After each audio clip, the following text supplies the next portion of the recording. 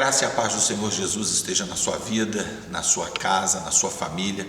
Eu estou começando mais um programa Tempo de um Novo Tempo e é sempre prazeroso para mim estar com você, tendo a oportunidade de compartilhar uma palavra da parte de Deus, trazer uma meditação bíblica. E hoje eu gostaria de fazer uso de um texto que se encontra no livro de Êxodo, no capítulo 10. Eu vou ler o verso de número 26 para a nossa meditação. Esse texto diz assim: e também o nosso gado há de ir conosco, nenhuma unha ficará no Egito, porque nós não sabemos com o que temos que tomar ou o que teremos de tomar para adorar ao nosso Deus e para servir ao Senhor até que cheguemos lá. Esse texto é uma porção bastante interessante, ou está dentro de um contexto bastante interessante, que fala sobre a saída do povo de Israel para o Egito, ou melhor, a saída do povo de Israel do Egito para a terra prometida. E dentro desse contexto houve uma discussão, uma espécie de negociação entre Moisés e Faraó, que culminou nessa palavra de Moisés: nenhuma unha vai ficar. Só para a gente poder fazer um pano de fundo, para que nós possamos compreender tanto o contexto como o significado desse texto, nós devemos lembrar que Egito ele tem uma conotação bíblica bastante interessante em termos de tipologia. É inegável que quando nós olhamos para o Egito de uma forma positiva, nós podemos ver o Egito como um lugar de provisão, como um lugar de fuga, como um lugar onde Deus usou para tratar do seu povo, para proteger até o Messias. Porque Jesus, quando estava sendo ameaçado de morte pelo rei Herodes, os seus pais fugiram justamente para o Egito. O Egito, nesse sentido, pode ser tipificado como um lugar de proteção, um lugar de refúgio, um lugar de fuga, um lugar onde Deus leva o seu povo para que ali ele seja preservado e protegido, no sentido de bênção, no sentido de proteção, no sentido de fuga. Tudo isso nós poderíamos usar a figura do Egito como uma tipologia bíblica. Entretanto, ninguém negaria que a figura ou a tipologia mais cabível dentro dessa percepção dos conceitos tipológicos da Bíblia é de que o Egito representa o mundo, representa coisas malignas, representa, em última análise, escravidão. E o seu representante, o faraó, representa alguém que se opõe a Deus. Em alguns contextos, em alguns textos, ele é facilmente identificado como a personificação do diabo. Ou seja, o Egito ele pode perfeitamente ser caracterizado, portanto, como o mundo, a escravidão e o seu líder, o líder da escravidão, que seria o próprio Satanás.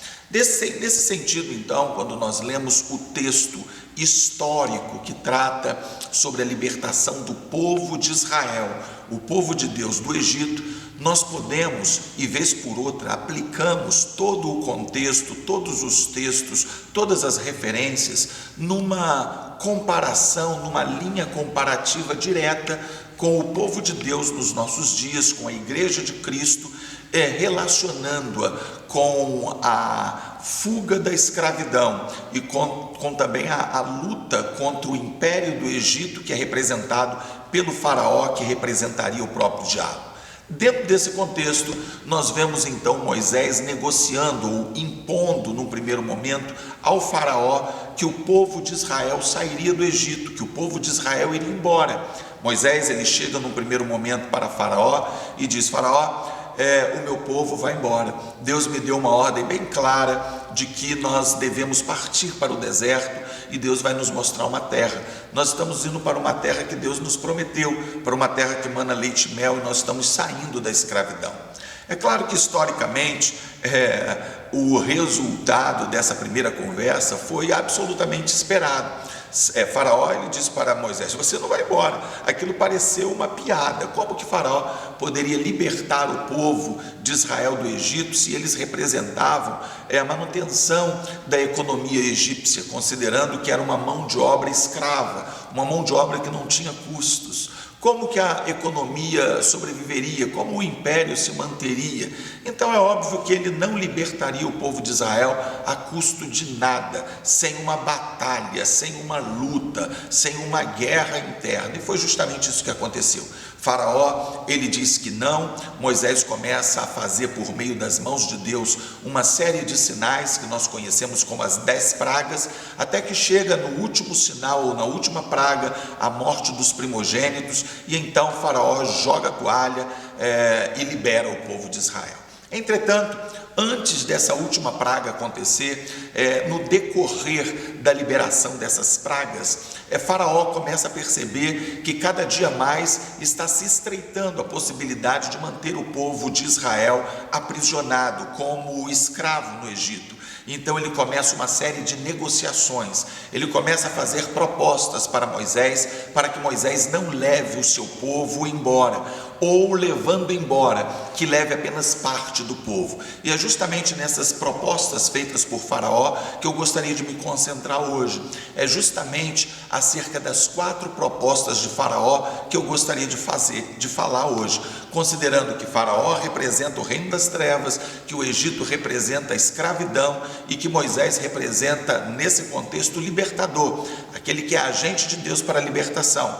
E o povo de Israel, que estava ora aprisionado no Egito, representa aqueles que querem servir a Deus, aqueles que querem se render a Cristo. Sendo assim, nós percebemos que Faraó, ele, quando percebe que não há como manter o povo, ele começa então a negociar.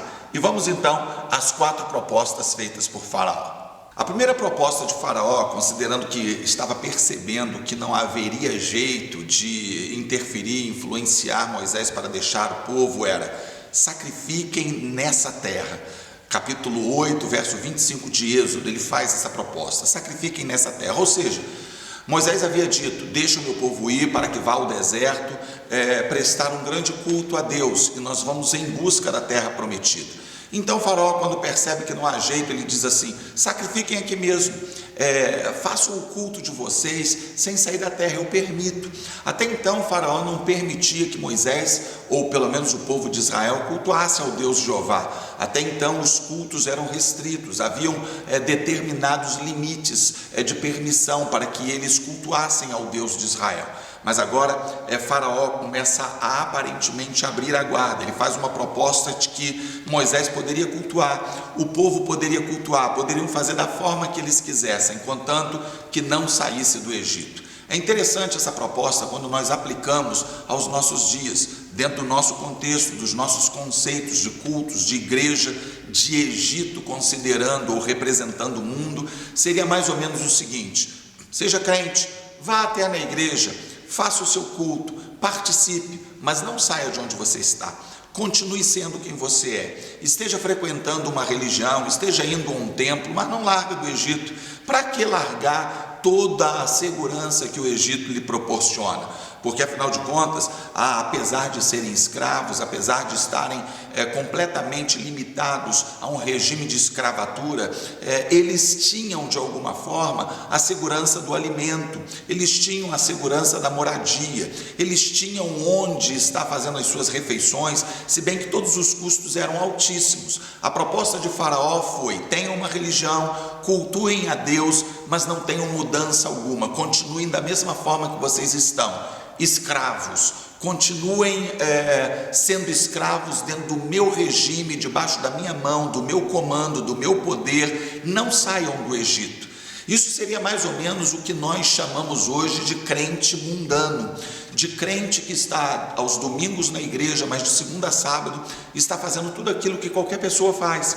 Pessoas que servem ou se prestam muito mais a causarem mau testemunho, a causarem escândalos para o reino de Deus do que qualquer outra coisa, porque essas pessoas que se submetem a esse jugo, a essa proposta de Faraó, elas acabam com o tempo desistindo da própria fé, porque é impossível você estar em Deus, em Cristo, e vivendo e convivendo no mesmo lugar que antes. A parábola do filho pródigo deixa isso muito claro, ilustra isso de uma forma bastante interessante. O filho que havia saído da casa do pai e ido para uma terra distante, quando ele se arrepende, quando a Bíblia diz que ele finalmente cai em si, ele diz assim: voltarei para a casa do meu pai e direi para o meu pai: pai, pequei contra o céu e contra ti, eu não sou mais digno de ser chamado seu filho. Então nós percebemos nessa parábola que, de acordo com a ilustração, a história criada por Cristo, o filho pródigo, ele vivia em um chiqueiro, cuidando de porcos. Ele estava ali vivendo dentro de um contexto que era absolutamente constrangedor para um judeu, se não proibido até. Mas ele, quando tem consciência de que errou, de que falhou e de que precisa ter uma nova postura diante de Deus, ele diz: eu voltarei para a casa do meu pai. Não há como ser um homem liberto, ser um cristão genuíno dentro de um chiqueiro. Não há como ser um cristão verdadeiro em ambientes de promiscuidade. Não há como estar vivendo um cristianismo autêntico dentro do Egito ou fora dos padrões determinados por Deus. Então não aceite isso, se converta a Deus e abra mão de todo o passado, de todo o princípio que esteja fora dos padrões determinados por Deus na sua vida. No capítulo 8, verso 28, Faraó faz a sua segunda proposta: não estejam indo longe demais. Eu deixo vocês irem então, vocês podem ir, estejam indo para o deserto para cultuar ao Deus de vocês, mas estejam ao meu alcance, não vá longe demais, tipo assim, não sejam fanáticos, estejam mais parecidos ou mais próximos de nós que vocês puderem, não dinamitem pontes para que vocês, precisando voltar, possam voltar. Eu não sei se você conhece a história da ponte dinamitada, dos soldados que passavam por uma ponte para não terem risco, não correrem o perigo, a tentação de voltarem para o caminho que haviam feito. Eles dinamitavam as pontes, porque uma vez atravessadas aquelas pontes, não haveria espaço para voltar atrás. Nós vemos esse princípio da dinamitação das pontes de uma forma muito clara, tanto na travessia do Mar Vermelho, que foi um dos primeiros episódios pós saída do Egito, como também na entrada da Terra Prometida, porque o último obstáculo a ser transpassado pelo povo de Israel foi justamente o Jordão, que secou as suas águas. Eles passaram e logo depois o Jordão voltou a correr novamente. Tanto no episódio do Mar Vermelho como no episódio do Jordão, eles atravessaram e não tinham como voltar atrás, a não ser que Deus proporcionasse um outro milagre para que as águas se secassem outra vez, o que obviamente não era do interesse de Deus, porque Deus não queria que eles voltassem atrás. Tanto o Jordão como o Mar Vermelho representam esse dinamitar de pontes. Indo, não estejam dispostos a voltar atrás. Indo, não estejam pensando na possibilidade de não irem tão longe. Dinamite todas as pontes, todos os tipos de possibilidades que você tenha de ser tentado para voltar atrás. Quando nós dizemos não para o mundo, quando dizemos não para o faraó, quando dizemos não para a escravidão do Egito, nós temos que estar dispostos a dizer uma única vez: eu estou partindo e não há possibilidade de voltar atrás. Eu estou partindo e todos irão comigo. Nós vamos cultuar a Deus no lugar que Ele vai nos mostrar. Nós estamos indo para um lugar que Deus vai nos entregar e não há a possibilidade de estarmos ao alcance da sua visão, faraó. Hoje em dia há a proposta de que quanto mais parecidos com o mundo nós formos, é melhor, porque isso faz com que, ou fará com que, as pessoas que não são cristãs possam estar se aproximando da gente, possa haver uma certa temperança. O radicalismo em qualquer nível hoje, ele é banido, ele é de alguma forma debochado, escarnecido pelas pessoas não cristãs. As pessoas têm aversão a qualquer tipo de atitude supostamente radical. Entretanto, Jesus nos ensinou a sermos radicais em determinadas circunstâncias. E em relação à escravidão representada pelo Egito, em relação às propostas das trevas feitas na figura de Faraó, nós precisamos ser radicais. Nós estamos vindo para o Evangelho, sim. Estamos vindo para Cristo, sim. E somos radicais nesse sentido, no sentido de servirmos a Cristo. E queremos parecer o quanto mais pudermos, o quanto for possível, com o nosso Senhor, para que nós possamos ser a semelhança daquele que Ele deseja que sejamos. Então não aceite propostas de Faraó do tipo: não vá muito longe. Pelo contrário, mergulhe nas águas do Espírito tanto que você puder. Esteja em Deus, em Cristo, tanto que você conseguir, para que você não ventile em sua vida a possibilidade de um recuo, de voltar atrás, porque era essa a intenção de Faraó. Não indo muito longe, qualquer dificuldade, qualquer provação, qualquer intempérie, eles estariam prontos para voltar atrás. E é óbvio que qualquer pessoa que vá caminhar pelo deserto terá contratempos, e seria fácil eles voltarem atrás, se obedecessem ou se aceitassem essa proposta de Faraó. No capítulo 10, verso 11, Faraó faz a sua terceira proposta. Ele começa a perceber que é inevitável a partida do povo de Israel, e então ele diz o seguinte: que possam ir somente os homens. Então, já que vocês querem cultuar a Deus, já que vocês querem ir longe, já que vocês não querem cultuar aqui, então que vocês possam ir os homens, que as mulheres fiquem, que as crianças fiquem, ou seja, vá ser crente, vá curtir o seu Deus, vá servir a esse Deus que vocês têm hoje como proposta, mas a família de vocês que fique. Essa é uma proposta absolutamente descabida, e pareceu assim também para Moisés. E quando nós começamos a transicionar essa proposta para o cristianismo de hoje, para os relacionamentos com o Senhor hoje, nós começamos a perceber que essa tem sido uma proposta que tem abocanhado muitos cristãos em nossos dias. Eu percebo que a família é um dos principais alvos de Satanás nos nossos dias. Existe uma luta travada, declarada praticamente, contra a família nos nossos dias, não apenas pela família cristã, não apenas contra as famílias cristãs, mas contra as famílias de uma forma quase que generalizada.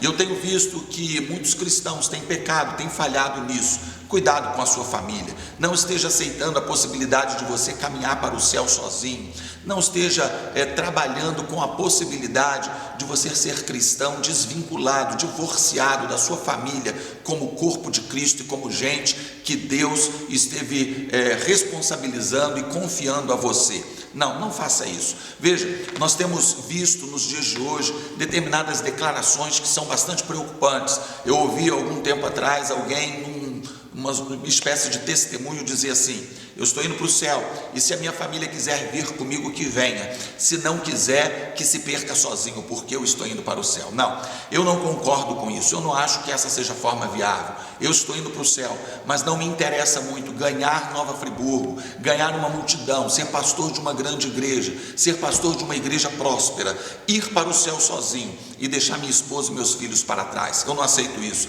Eu quero que minha esposa e meus filhos estejam onde eu estiver. Se eu vejo o evangelho como melhor, se eu vejo o evangelho, o princípio de Deus para a libertação de uma pessoa, eu preciso acreditar que esse é o melhor para a minha família também. Não abra mão da sua família, não abra mão da sua prole, das pessoas que Deus confiou a você. Esteja criando os seus filhos dentro dos princípios de Deus, com amor, com carinho. Não esteja em hipótese alguma desperdiçando cuidado com os seus filhos em função do que quer que seja, incluindo a igreja. Eu tenho visto pessoas que, em função de programações de igreja, em função de programações intermináveis, de responsabilidades que nunca cessam, essas pessoas estão de alguma forma negligenciando a família, deixam um compromisso com o filho, eles falham em compromisso com a família, com a esposa, com o esposo, em função da sobrecarga que a própria religião impõe. Nem a religião tem direito de nos afastar da nossa família, nem a religião tem direito, tem a autonomia de determinar o tempo que nós devemos estar com os nossos, com aqueles que Deus confiou o cuidado para nós, e nós precisamos estar nos policiando nisso, porque o dia que os meus filhos começarem a perceber que estão perdendo o pai para a igreja, que estão perdendo o amigo para as programações intermináveis, eles vão começar a ver a igreja não como uma aliada, mas como uma inimiga, como uma adversária a ser batida. Isso não é interessante. É interessante que eles vejam tanto a igreja como casa de Deus, como o próprio Deus, como um aliado, como alguém que quer a felicitação deles e tenham prazer de servir a Deus. Cuidado, cuide da sua família com amor, com carinho, e jamais aceite essa terceira proposta de Faraó de dizer que venham só os homens. Não, Deus te chamou para entrar junto com a sua casa no céu.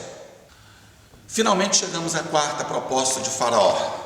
E Faraó, ele disse para Moisés: tudo bem, Moisés, que você possa ir com os filhos, que você possa ir com as esposas, com os homens, que vocês possam ir longe, que vocês não cultuem aqui. Então vamos fazer o seguinte: fica somente as ovelhas, os bois, ficam as riquezas de vocês, e vocês podem ir embora para cultuar o Deus de vocês. E novamente ele ouve um retumbante não.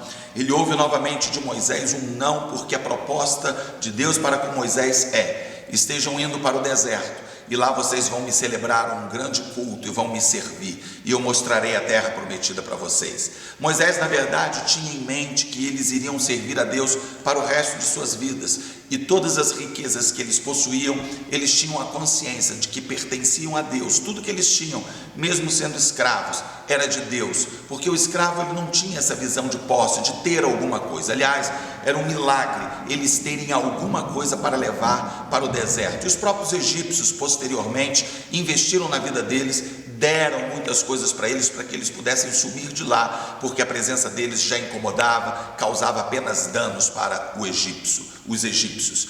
O que nós aprendemos com isso? Queridos, Moisés estava dizendo para Faraó, em nome de Deus, que ele havia se convertido ao seu Senhor, eles serviriam ao Deus dos seus pais, eles estavam inclinados a servir ao Deus Jeová, e todas as suas riquezas pertenciam a Deus. É bastante interessante termos uma oportunidade de falarmos acerca de ofertório numa TV, numa divulgação mais pública, porque infelizmente nós temos hoje associado qualquer visão de ofertório em termos eclesiásticos, em termos de igreja, de uma forma bastante vexatória, vergonhosa até. Algumas vezes, quando assisto alguns programas de rádio, de televisão, eu fico envergonhado por me declarar pastor, porque infelizmente o que tem sido feito em alguns arraiais em nome de Deus é realmente constrangedor. Pessoas que impõem ofertórios, pessoas que determinam quantidade, pessoas que associam o sacrifício de ofertar com a própria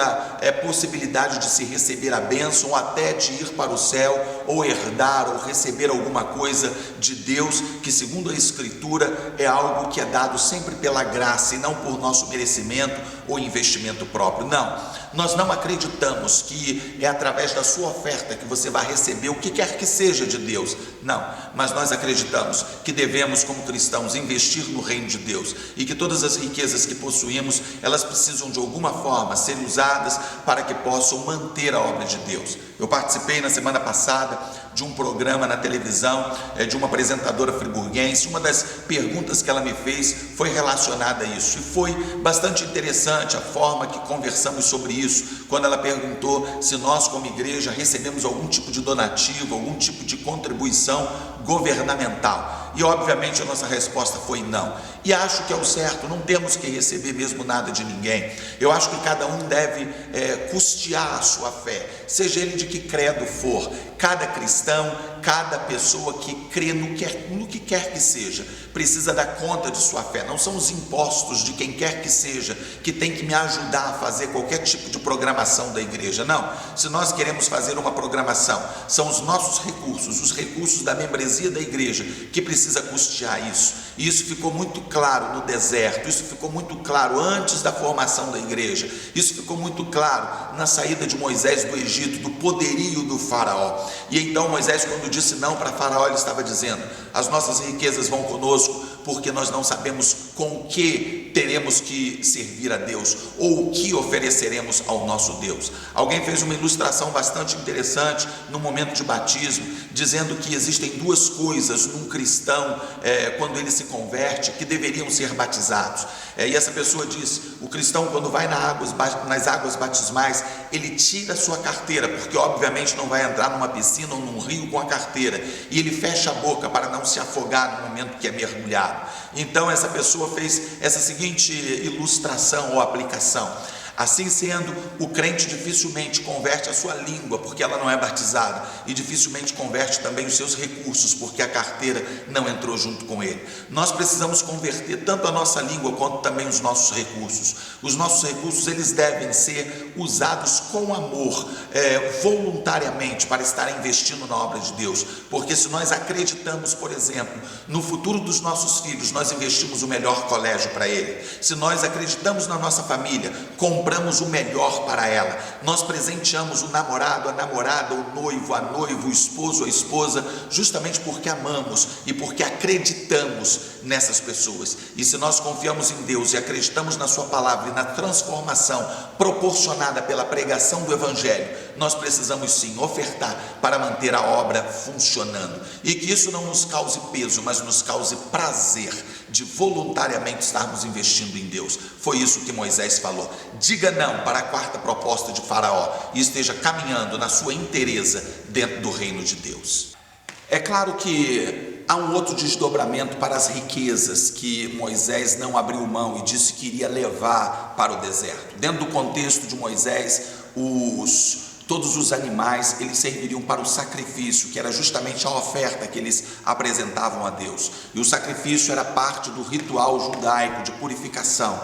Através do derramamento de sangue ou do sangue dos animais, eles acreditavam na purificação de seus pecados. Na verdade, foi algo proposto pelo próprio Deus, como uma espécie de pedagogia da salvação. Ou seja, Deus estava ensinando para o seu povo que um dia um inocente iria derramar o seu sangue para a remissão de seus pecados. Na verdade, todo esse sacrifício apontava para Cristo. Todo o sacrifício apontava para o fato de que não há como seguirmos ao Senhor sem algum tipo de sacrifício, sem algum tipo de esforço. Nós vivemos em um mundo que é um mundo encantador, nós vivemos em um mundo que tem muitas propostas.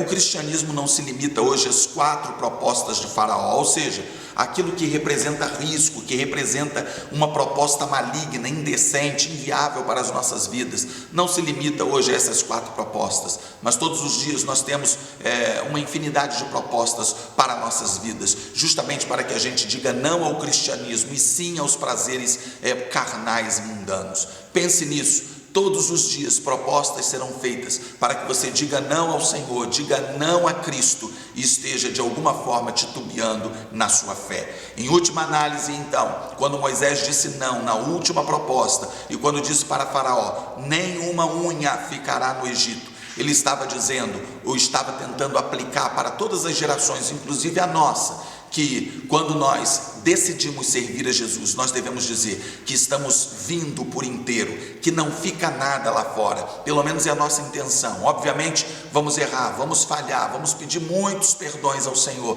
porque somos falhos. Entretanto, a nossa visão é de virmos a Cristo ou para Cristo por inteiro, sabendo que faremos alguns sacrifícios e que algumas vezes falharemos, mas contaremos com o último e suficiente sacrifício pelas nossas vidas, o sangue de Cristo, que nos perdoará de todo o pecado. Cuidado com as propostas, esteja atento, antenado, para que você esteja servindo ao Senhor dentro de um padrão de cristianismo saudável e dentro daquilo que Deus propõe para a sua vida. Que Deus abençoe você, que Deus abençoe a sua família e que você tenha um restante de semana abençoado no nome de Jesus. Até semana que vem, se Deus assim nos permitir.